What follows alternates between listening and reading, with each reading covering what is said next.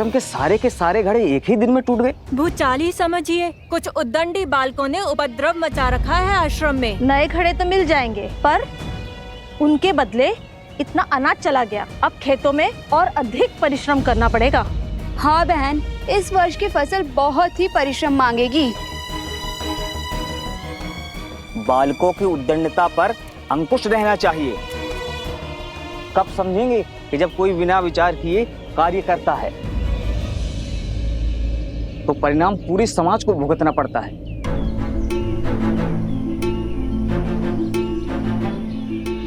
भूल हो गई, आश्रम की बड़ी हानि हो गई। अब सबको आश्रम में हमारे कारण और परिश्रम करना होगा। हमें भी तो नदी तक जाना है और पूरी रात्रि जल भरना होगा। मुझे हमारे परिश्रम की चिंता नहीं है, वो तो हम कर ही लेंगे। मुझे चिंता है माता की, हमने उनका मन दुखाया है। न जाने वो हमें क्षमा करेंगे भी या नहीं।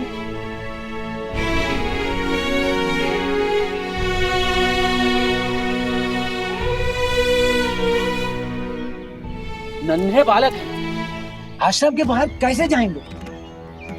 उद्दंडता की है तो दंड तो भुगतना ही पड़ेगा। आश्रम की सीमा को लांघकर घनघोर जंगल में जाना पड़ेगा।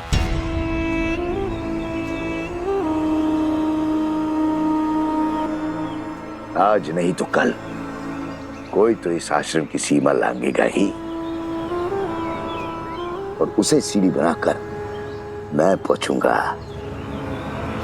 सीता तक।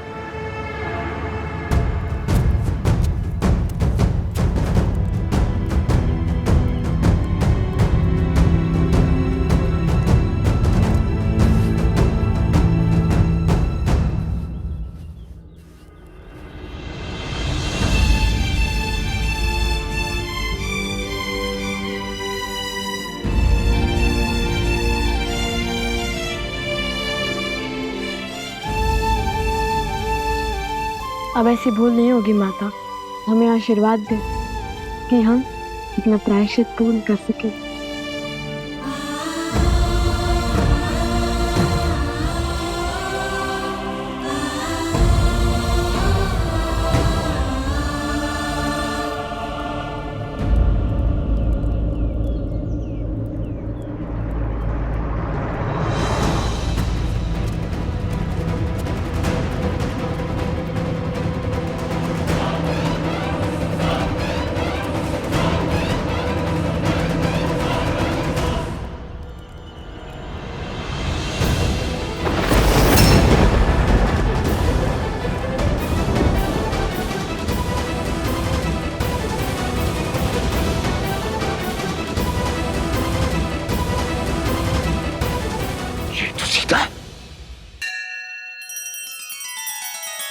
श्री रामचंद्र कृपालु भजु मन हरण भव भय दारुणम। नव कंज लोचन कंज मुख कर कंज पद कंजारुणम।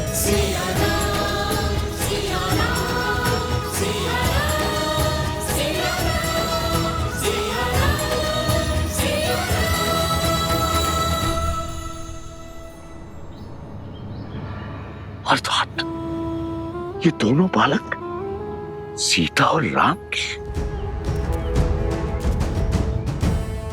अद्भुत अद्भुत।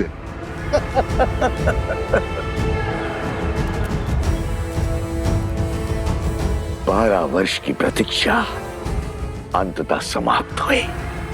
आज सीता भी मिल गई और राम को परास्त करने का अस्त्र भी। अब आएगा आनंद।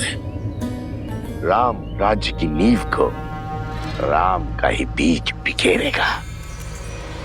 इसे कहते हैं प्रहार। हाथ भी राम की और गाल भी राम का। माता आश्रम में है तो क्या हुआ, पुत्र तो आश्रम से बाहर आ गए। अब यही दो कोमल कोमल बालक मुझे सीता तक बचाएंगे। राम सिया राम। परंतु भ्राता, जैसे दोषी हम हैं, वैसे दोष धनुष और बाण का भी तो है। 3 मटके को फोड़ने को कहा था, उसने तो सारे आश्रम को जलमग्न कर दिया। धनुष और बाण साधन है कुश, और साधन में बुद्धि नहीं होती। लक्ष्य प्राप्ति के लिए बल और बुद्धि साधक का होता है, इसलिए बुद्धि का उपयोग मनुष्य को ही करना होता है। वाह वाह, ज्ञानी हो भैया। ज्ञानी नहीं, महाज्ञानी हूँ। यदि माँ ज्ञानी हो तो अपनी बुद्धि का प्रयोग पहले क्यों नहीं किया? सारे मटके तोड़ दो बोल दिया। क्योंकि हमारा मार्गदर्शन राम नाम ने किया था कि लक्ष्य कैसे साधे, और लक्ष्य साधने के लिए शक्ति उतनी ही लगनी चाहिए जितनी उसकी आवश्यकता हो। और यही सीख श्री राम का नाम लिखे बाण ने हमें बाद में दी है। मार्ग तो वो बताते हैं, हम तो केवल अनुभव से सीखते हैं।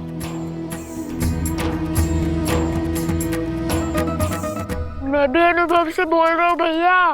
भूल हो गई, अब नहीं बोलूंगा। दंड मिलता है मेरे बोलने से।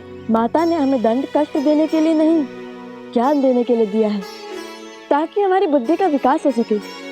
अब देखो, जो बात मैं सुनकर समझता हूँ वो बात तुम दंड पाकर ही समझते हो। महाज्ञानी है आप, मैं क्या समझूंगा? मैं तो आपका बस एक शस्त्र हूँ। संधान तो आपके मन से होता है। बाण चलाने में भले ही तुमसे आगे हूँ, किंतु बातों में तुम्हें कोई नहीं पकड़ सकता।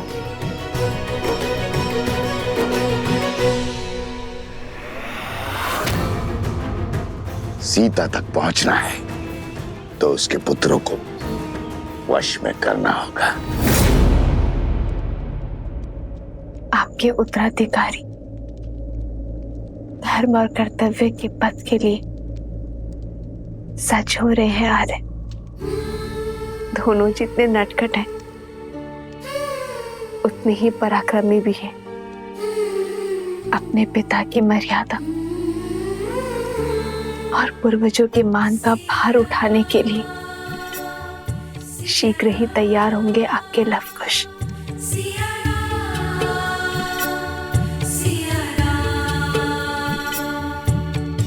दोनों एक हैं, बस यही सच है। राम लक्ष्य और राम ही पथ है। विरह की आग में जले सिया राम। एक है तन और एक है प्राण। इस रात को एक सक्षम राजा ही नहीं, सर्वश्रेष्ठ उत्तराधिकारी भी चाहिए। क्या दे पाओगे अयोध्या राज को उसकी महारानी? आपको तो भोजन खिला दिया है, किंतु हमारे दोनों पुत्र भूखे होंगे, और कुश को तो बहुत अधिक भूख लगती है आर्य।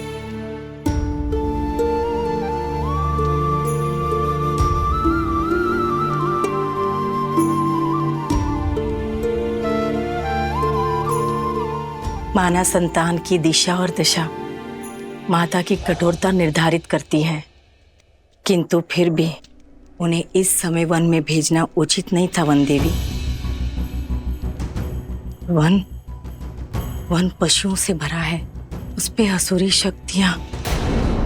लवनासुर अवश्य मर चुका है, परंतु अभी भी असुरी शक्तियां आश्रम के चारों ओर मंडरा रही है, अवसर की प्रतीक्षा में।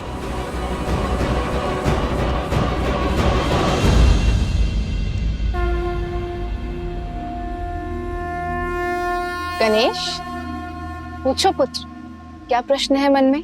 यज्ञ तो मन की, राज्य की, समाज की शांति के लिए किया जाता है ना?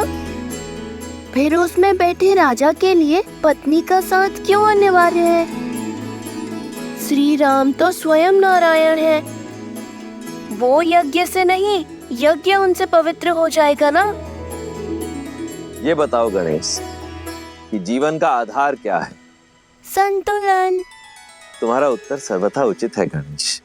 ये संसार, ये प्रकृति, संतुलन पर ही आधारित। जैसे दिन को संतुलित करती है रात्रि, बुराई को संतुलित करती है अच्छाई, वैसे ही पुरुष को संतुलित करती है स्त्री। किसी भी यज्ञ का उद्देश्य और फल तभी प्राप्त होता है जब उसमें दी गई आहुति संतुलित। इसीलिए यज्ञ में या जीवन में पुरुष के साथ स्त्री का होना आवश्यक ही नहीं, अनिवार्य भी है।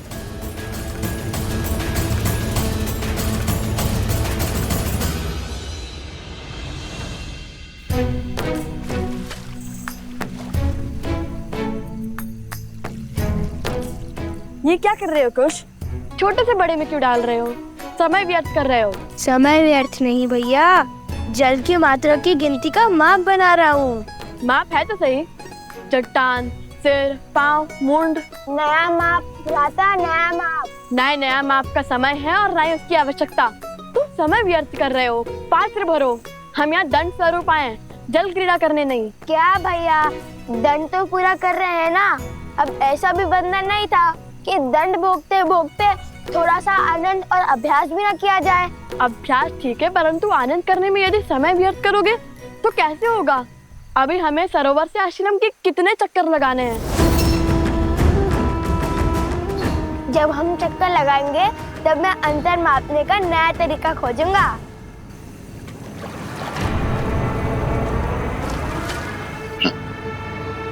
कितने अबोध है ये दोनों बालक। पुनः आश्रम नहीं पहुंचेंगे तो माता को तो ढूंढने बाहर आना ही होगा।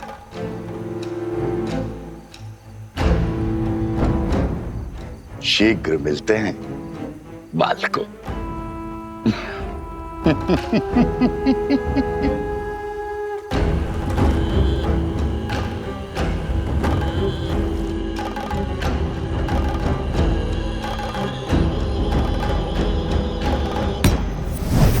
क्या आदेश है राक्षस श्रेष्ठ? किसे सताना है? रहोगे राक्षस के राक्षसी। कभी तो पुण्य का काम किया करो। यहाँ दो सुंदर कोमल अबोध बालक आए हैं और थके हुए भी हैं। उन्हें अपनी शक्ति से निंद्रा दे रहा हूं। बाकी का काम हम स्वयं करेंगे। जाओ।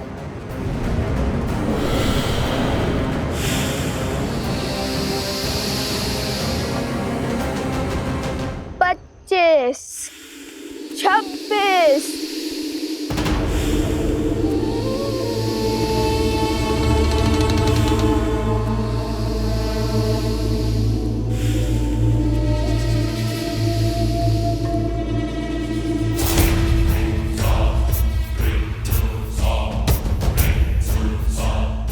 सत्ताईस, 28। ये क्या कर रहे हो कुश? बताया तो था, अंतर गिनने का नया तरीका। पहले भूख, अभी ये निद्रा। कुछ भोजन मिल जाता तो कितना अच्छा होता। नहीं, 41। जब तक ये कार्य पूर्ण नहीं होता तब तक ना ही हम भोजन कर सकते हैं और ना ही निद्रा ले सकते हैं। नहीं तो माता के मन को ठेस पहुंचेगी। चलो मैं तुम्हें वो प्रसंग सुनाता हूँ जिसे सुनकर तुम्हें सदा हंसी आती है कि कैसे हनुमान जी ने अपनी पूंछ से लंका में आग लगाई थी। सुनाओ। यदि रोकूंगा तो आप रुकोगे तो नहीं। सुनाई दीजिए।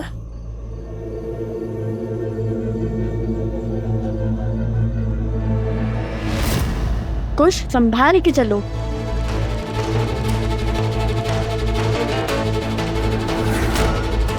कुश,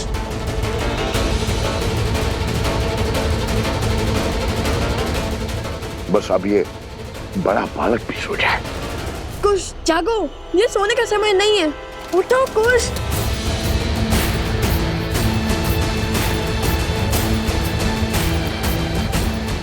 कुश जागो, कुश।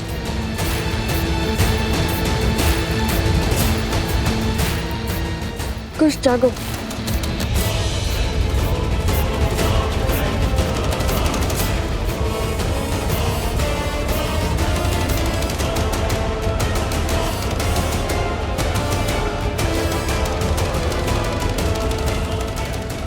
75। गिनती बोलने की जगह श्री राम का नाम लो, भूख भी मिट जाएगी और निद्रा भी। चलो बोलो राम। श्री राम। 75 श्री राम। 76 श्री राम। केवल श्री राम। केवल श्री राम। केवल श्री राम। केवल श्री राम। श्री राम। श्री राम। श्री राम। श्री राम। श्री राम। श्री राम। श्री राम। श्री राम। श्री राम। श्री राम। और ये राम का नाम क्यों हर बार मेरे आड़े आता है? सारा परिश्रम व्यर्थ कर दिया। ये थी तुम्हारी शक्ति, बढ़ाओ अपनी शक्ति। अगर ये दोनों नहीं सोए ना तो मैं तुम सबको सदा सदा के लिए सुला दूंगा। जाओ। राम राम राम राम राम राम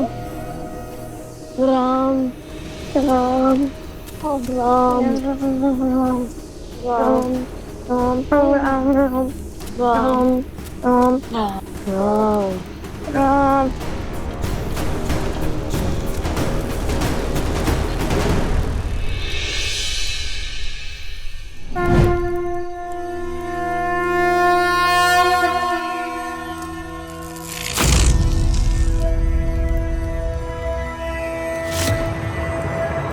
अरे ये कैसा चमत्कार है?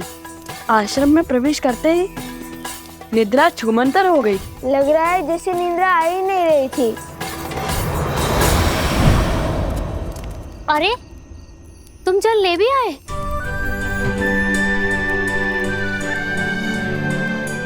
लाओ लाओ हमें दो।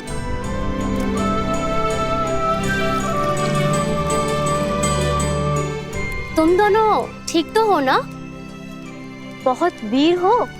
लव, कुश और इतना जल आश्रम के लिए पर्याप्त नहीं होगा, और जल की आवश्यकता होगी। तो क्या वन देवी के पुत्र थकते नहीं हैं?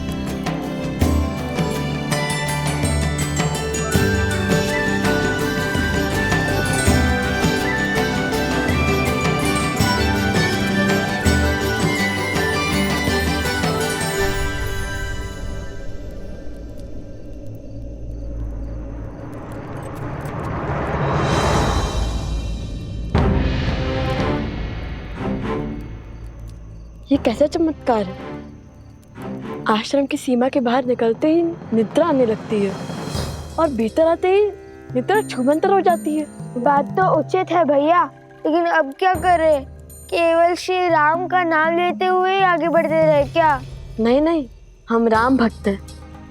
हम वो करेंगे जो श्री राम करते, अपने ज्ञान और अपनी बुद्धि का प्रयोग। और मेरे ज्ञान के अनुसार ये कोई असुरी माया है जो आश्रम के भीतर प्रवेश नहीं कर पा रही।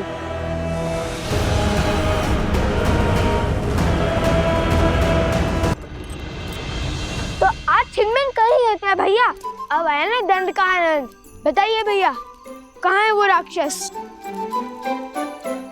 जो दिखेगा ही नहीं उस पे लक्ष्य कैसे साधोगे?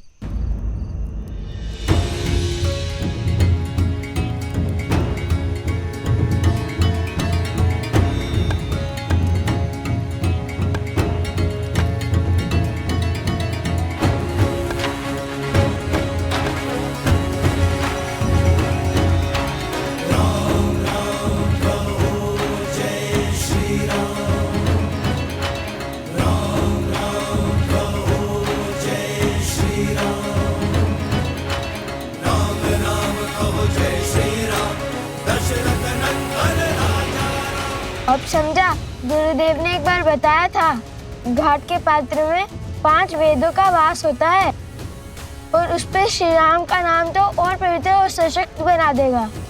इसमें माया प्रवेश नहीं कर सकती लव भैया। लव भैया, उचित समय पर उचित पद स्मरण आता है आपको। इसलिए तो मैं आपका अनुसंधान करता हूँ।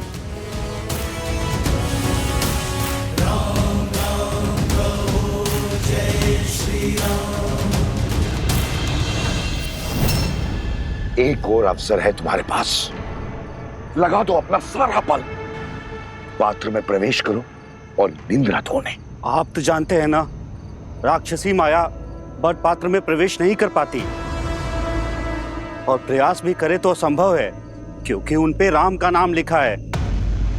राम?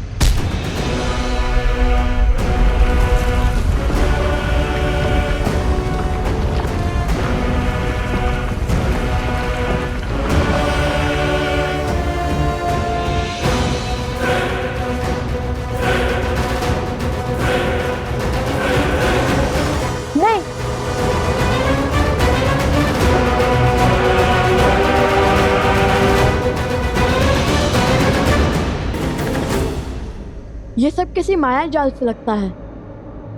चलो ऐसे ही आगे बढ़ते हैं। श्री राम श्री राम श्री राम। अभी भी नहीं गिरा पात्र। कोई बात नहीं, जल भरने के लिए जब झुकोगे तो पात्र तो उतारना पड़ेगा। तुम सब सज्ज रहना, जैसे ही वो जल भरने के लिए पात्र निकालें, आक्रमण कर देना और दोनों को सुला देना, समझे? जाओ।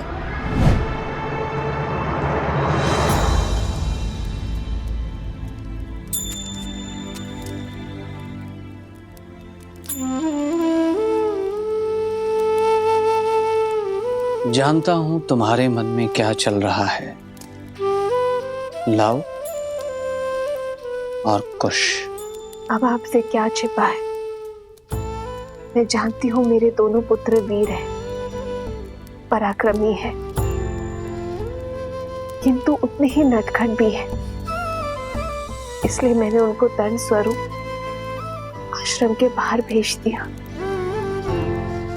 जल लाने के लिए। अंधकार है और असुरी माया पूर्णतः नष्ट नहीं हुई है। क्या मैंने उचित किया? कोसल राज्य का भविष्य हैं वो दोनों, पराक्रमी तो होंगे ही। नाविक की योग्यता की पहचान चक्रवात में ही होती है, स्थिर जल में नहीं बंदेवी।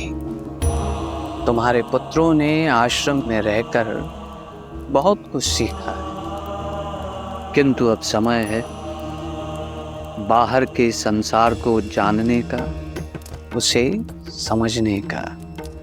मुझे आपके कहे हर शब्द पर और अपने पुत्रों के शौर्य पर पूरा विश्वास है, और अब तो मुझे प्रतीक्षा है केवल उस क्षण की जब मेरे पुत्र अपने पिता, अपने पूजने से मिलेंगे, प्रभु श्री राम से मिलेंगे। तथास्तु। और लव कुश की चिंता छोड़ दो बंदेवी, अपने पिता और माता की भांति उनमें भी हर संकट का हल खोजने का सामर्थ्य है।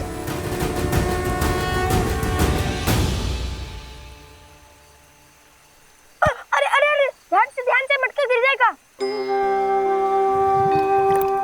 अब क्या करें भैया, बिना घड़े निकाले जल कैसे भरेंगे? मटके तो नहीं उतार सकते, ऐसे ही प्रयास करते हैं। यही एक मंत्र है जिससे असुरी शक्तियों से हम सुरक्षित रह सकते हैं। घड़े में वो प्रवेश नहीं कर सकते हैं। भैया ऐसे तो कितने दिन लग जाएंगे आश्रम में जल भरते भरते? अब यदि माता ने दंड दिया है तो उसके पीछे का उद्देश्य भी उन्हें ही पता होगा। चलो शेष घड़े भर लेते हैं।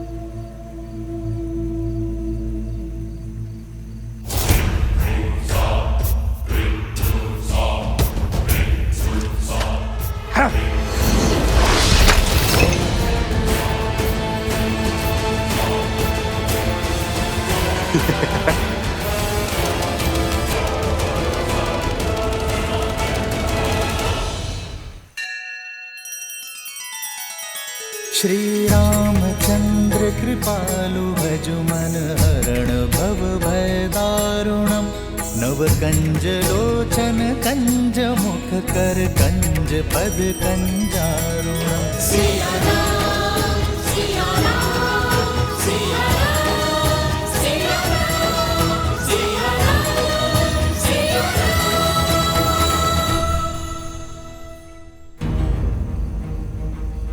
यहाँ अवश्य ही कोई असुरी माया है जो हमें रोकना चाहती है। भैया, अगर हम जल नहीं पढ़ पाए तो दंड और उसके पीछे का उद्देश्य कैसे पूरा होगा? किसी भी समस्या का हल रोने से नहीं, सोचने से होता है। मेरी तो समझ में नहीं आ रहा है कि हमें जल आश्रम तक पहुंचाना है या जल से भरा हुआ मटका। अद्भुत, तुमने मुझे एक नया सुझाव दिया है। तुम बातें मूर्खता भरी करते हो, परंतु हो बड़े गुणवान। ऐसा क्या कहा मैंने? अब कुछ ही क्षणों में ये अपना गड़ा उतारेंगे, तुम तभी उन पे आक्रमण करना। तुमने कहा कि हमें जल आश्रम तक पहुंचाना है, अब चाहे वो घड़े में हो या नहीं। मुझे तो कुछ समझ में नहीं आया भैया। जो भी करे, पर ऐसा कुछ मत कीजिए कि माता फिर से रुष्ट ना हो जाए।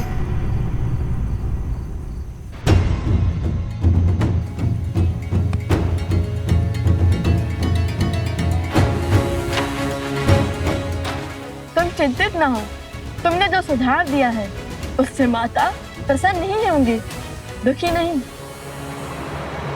तो बोलो जय श्री राम, जय श्री राम, जय श्री राम, जय श्री राम, जय श्री राम, जय श्री राम।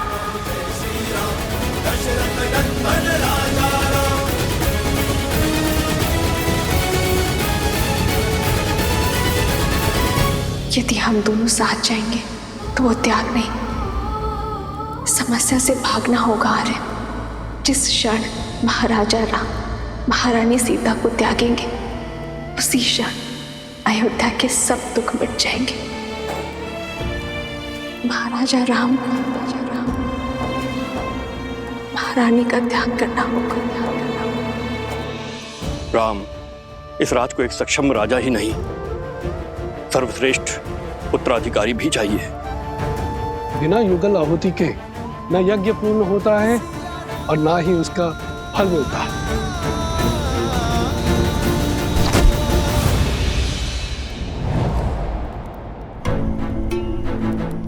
हनुमान,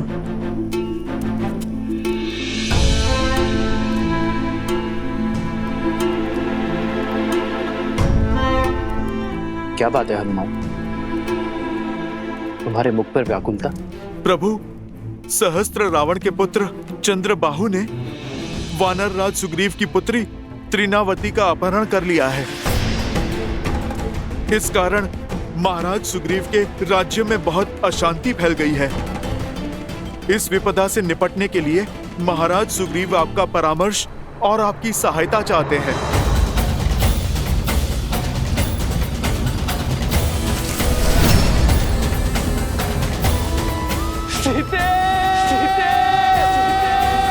रावण का वध तो हो गया है हनुमान, किंतु उसकी विचारधारा का नाश होना अब भी शेष है। धृष्टता और अधर्म हर रूप में धर्म के लिए चुनौती है, किंतु स्त्री को देवी की भांति पूजा करने वाले इस समाज में स्त्री को वस्तु की भांति उठा लेने वालों की धारणा का नाश होना चाहिए। हर युग के साथ पाप का शीश उठता है, किंतु जब पाप चरम पर हो तब धर्म का प्रहार उस पर होना चाहिए। मेरे मित्र वानरराज सुग्रीव के राज्य में आतंक फैलाने वालों को दंड देना हमारा राजकीय कर्तव्य है हनुमान, और एक मित्र होने का परम धर्म भी। युद्ध की तैयारी करो हनुमान,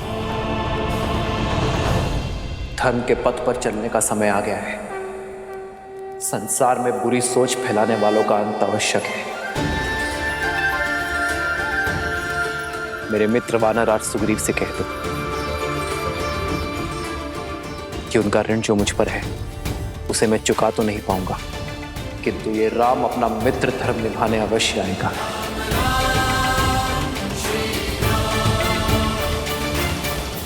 वंदिनी, वंदिनी, वंदिनी, क्या हुआ कुमुदनी? पूछे मत, आइए देखिए क्या किया है आपके लवकुश ने। अब क्या कर दिया लवकुश ने? देखिए।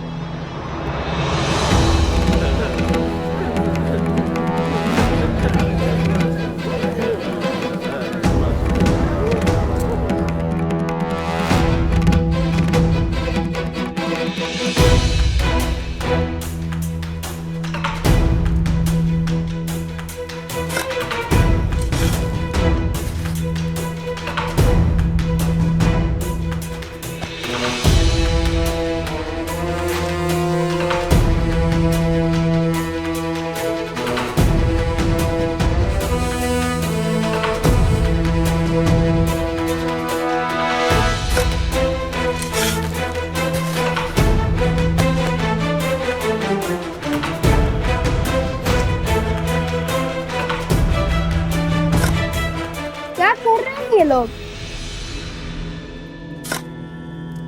लव कुश, ये जल भरने के स्थान पर क्या कर रहे हो तुम दोनों? यहाँ आओ। और ये सर पर मटके? सब बताते हैं माता, सब बताते हैं। बस कुछ क्षण रुक जाइए।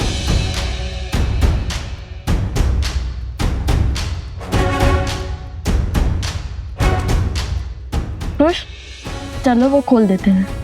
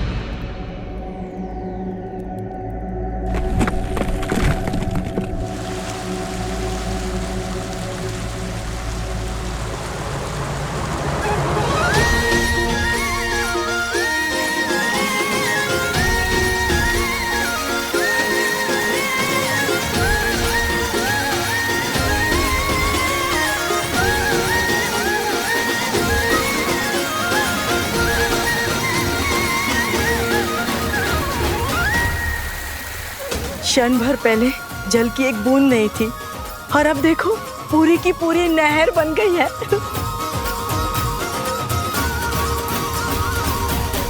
और लव कुश की चिंता छोड़ दो बंदेवी, अपने पिता और माता की भांति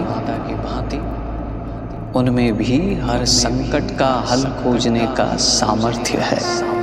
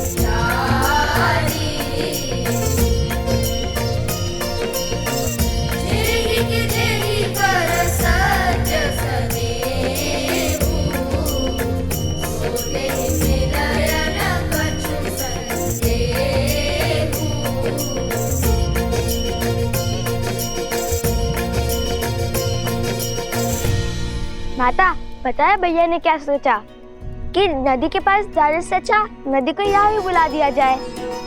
अब इस आश्रम में किसी को भी जल की समस्या नहीं होगी, चाहे कोई बालक कितने भी मटके की ना फोड़ दे।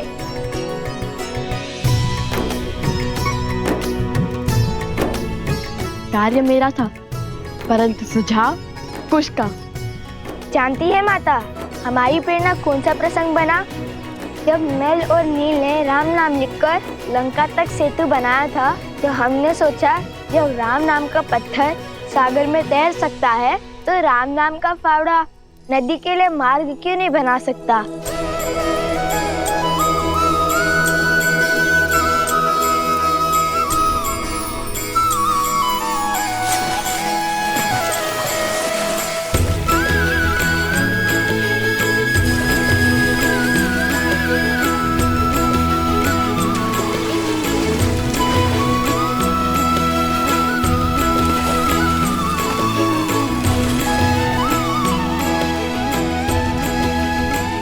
ईश्वर ने लव कुश के भविष्य में क्या रचा है वो तो मैं नहीं जानता, किंतु इतना अवश्य जानता कि ये दोनों अपने भविष्य को आलिंगन करने के लिए पूर्ण रूप से सजे।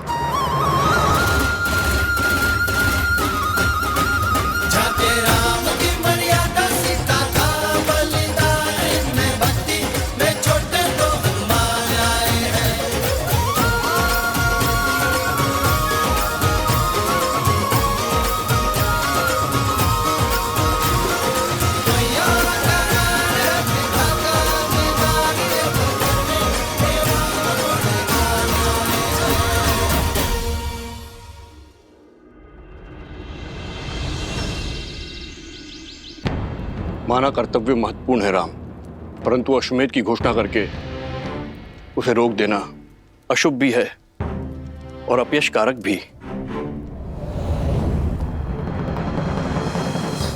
अश्वमेध यज्ञ अवश्य होगा आचार्य।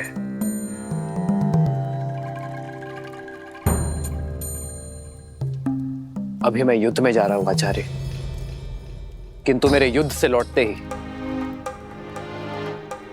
ये यज्ञ आरंभ होगा।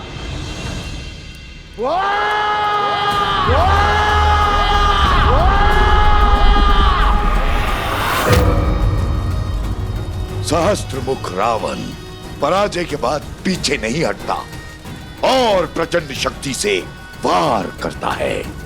अश्वमेध यज्ञ कदापि नहीं होगा, राम राज्य कभी स्थापित नहीं होगा। पिताश्री,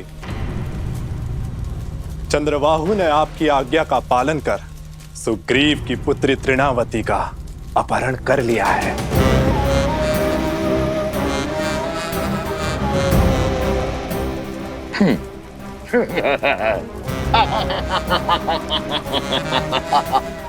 कैसे कैसे बचोगे राम मेरे इस प्रहार से? अब राम को सुग्रीव की सहायता के लिए जाना होगा और अयोध्या अश्वमेध यज्ञ से वंचित रह जाएगी। और राम के जाते ही हम अपनी शक्ति से उसकी प्रजा में पुनः धर्म की स्थापना कर देंगे।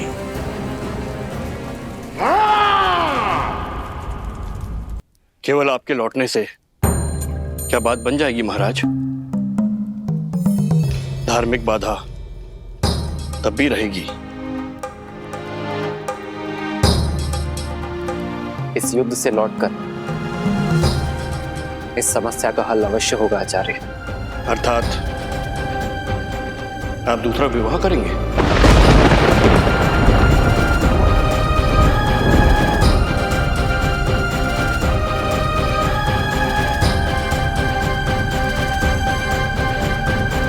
रघुकुल रीत सदा चली आई,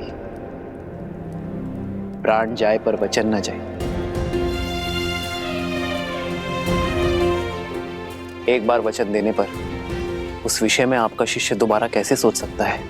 मैंने सीता को एक पत्नी व्रत का वचन दिया है। परंतु मेरे विवाह के बिना भी अश्वमेध यज्ञ अवश्य होगा।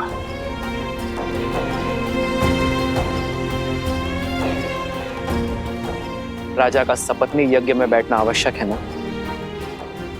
मैं युद्ध से लौटते ही भरत को अयोध्या का महाराज घोषित कर दूंगा।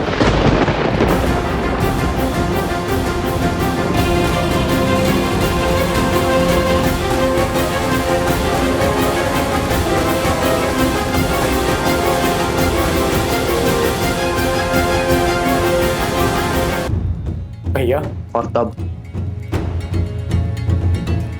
भरत अपनी पत्नी के साथ यज्ञ की वेदी पर भी बैठेगा और अयोध्या का महाराज होने के नाते अपना दायित्व भी निभाएगा।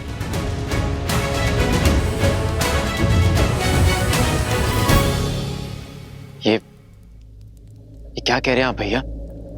नहीं, ये मुझे स्वीकार करना होगा भरत, क्योंकि ये मेरा निर्णय है। समझने का प्रयास करो भरत। या तो तुम अयोध्या के महाराज बनोगे या सीता का ये राम किसी और का पति।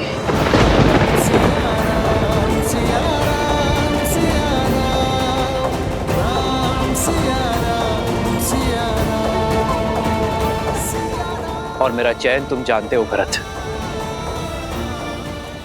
मैंने एक पत्नी व्रत धारण किया है।